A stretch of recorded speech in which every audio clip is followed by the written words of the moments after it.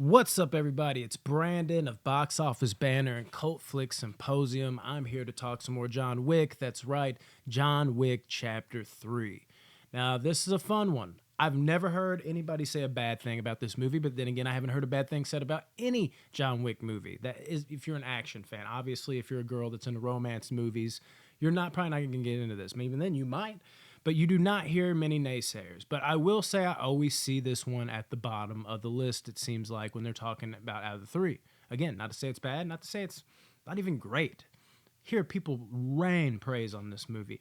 For me, I agree. This is my least favorite one, but I do really enjoy it.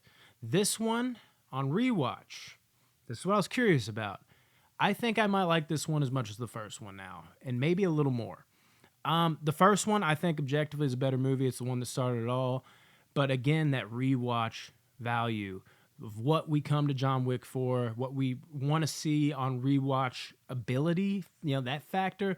I think this one ages better for me for that reason.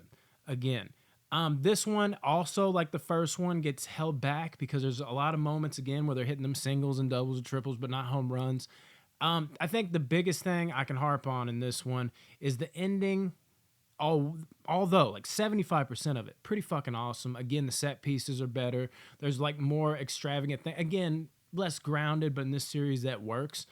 It just makes it better. They continue with that. They piggyback off of 2. They expand a couple more things. R.I.P. to, I hate to mess up his fucking name, Lance Reddick. I believe that's his name. I wanted to save that for this one because this man, I mean, he just, for somebody that doesn't have a whole lot of scenes, he still somehow feels like such a main presence.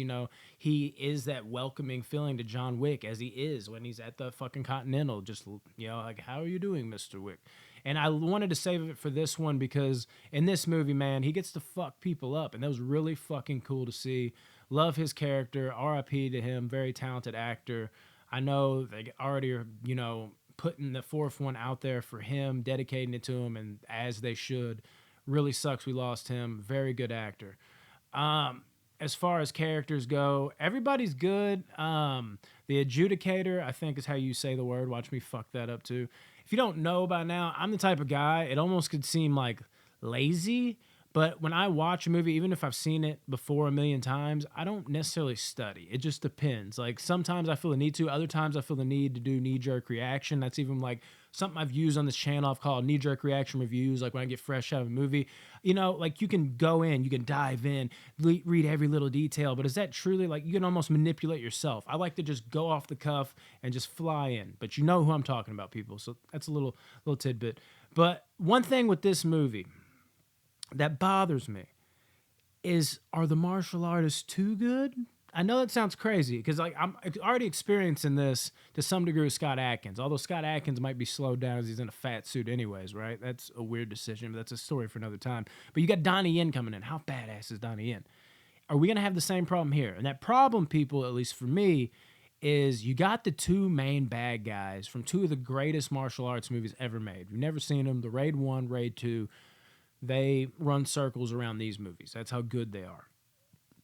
And the main bad guy in the first Raid movie is one of Mark Dacascos, another great martial artist. He's the main bad guy in this movie.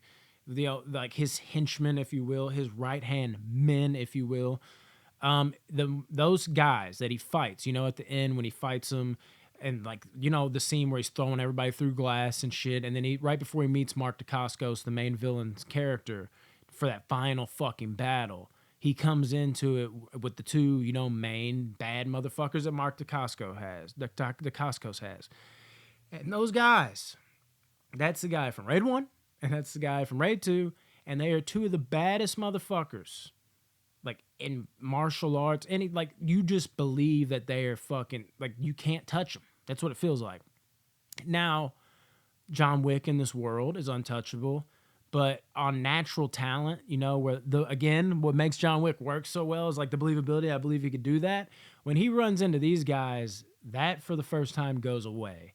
Because I think it was a poor creative choice by Stahelski to have him go 1-on-2. Like, it's already going to be hard going 1-on-1 to look like he's competent enough to fight these motherfuckers. But have them go 1-on-2, it really is glaring out of every fight scene, every, action scene, out of every scene that's been recorded in this franchise, where I've been like, I feel like Keanu's like slowing down right now. Like he's just almost like he's got to pull punches. It feels awkward to me. I don't know if that has that effect on somebody that doesn't know who these two are, but for somebody that knows them through and through and knows how badass they are, it feels clunky and it bothers me. As I'm like, God, imagine if they could get this right somehow. And going 2-on-1 is not the way. His fight with Dacascos, I saw a bit of that, but the fact that it was 1-on-1, it hid a little bit of that.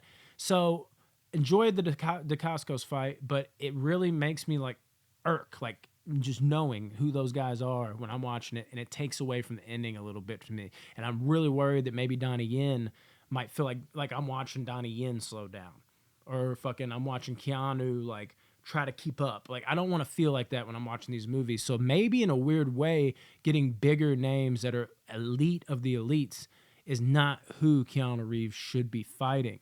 You know what I'm saying? I don't know. It's a weird thing to say, but I feel like it makes sense if you know what I'm talking about and you know these guys. Other thing that really bothered me with their fight scene was I hated the respect factor. Like I loved it like with Dacascos because it kind of came out of like left field, when they sat down, they got to the Continental and he's like, I've been a big fan. I was like, what the fuck? This is kind of like what makes these movies cool. But knowing the stone cold killers that we know those guys are from the fucking Raid, again, it was hard to fucking, like detach that. Like I wanted these guys when I was watching this. I guess, when you see them, it's like, oh, dude, it's going to be badass when they start brawling. Like, that's your initial reaction. Then you're like, dude, they're so cutthroat. They'd be perfect for this role. So to see them slow down and then to see them like, Mr. Wick, you need to help up? Like, you need to help up. Like, what do you know? Dude, you're supposed to be cutthroat. So a lot of it's my own expectations, but that really holds the movie back for me. And it's not even that it's like a negative. It's like the potential of what it could have been.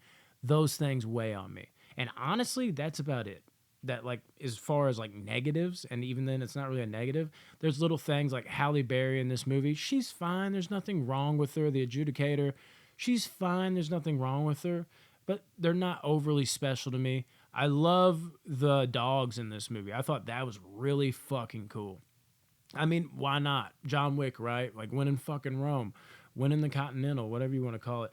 Just to see, it's always been about the dog love from the beginning. That's become like a staple within this franchise. And to now have like these attack dogs that are just whooping ass alongside. Why not? What a great decision. Again, cool set pieces. The way they had the fucking motorcycle game with the samurai swords.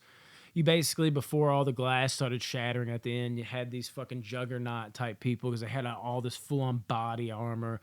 You had to shoot them like 50 times and in certain spots to kill them. Great creativity again. Great choreography again. I mean, I don't know. Like everything really worked here. It was not some like huge step down. It was to me just because of how much I adore the second one. But you know what I mean? But the quality, it's not like it fell off. Everything was really on point here. Enough for me to want another one, for sure. But again, I worry. Are we going to start getting these bigger name martial artists? And is it going to kind of expose and kind of take away from that realistic factor that is John Wick and Keanu Reeves in some weird way? I don't know. Maybe I'm the only person that's having this epiphany. Let me know if you have too. But that is something that I fear going forward. That initial knee-jerk reaction is, oh yeah, keep getting the best martial artists in the movies. But then you see it and you're like, oh shit, like I know what he's capable of, and he's not doing what I know he's capable of. Is it because Keanu Reeves can't keep up?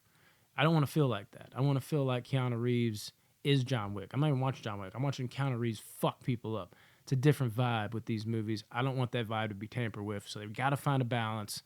And you know what? Maybe I don't even have to. Maybe I'm the only person fucking noticing this thing. But again, that'd be like my one nitpick. This movie is solid as fuck. I'm going to give it the same score as the first one, 7.8 out of 10. Not quite great to me, but again, objectively great. There's a difference between objective and subjective, and this is another solid outing. I'm hoping the fourth one will give me like those two vibes where I was just, through the moon. But damn, I can still watch 1 and 3 all the fucking time. They'll never fall out of rotation. Such an easy movies to just put on and have a blast with. Gotta love some John Wick. Here comes number 4, man. Oh my God. Hopefully next time I see y'all, I am not disappointed. It's impossible, right? It's at least going to be good. But again, I want that fucking home run. Love you guys. John Wick.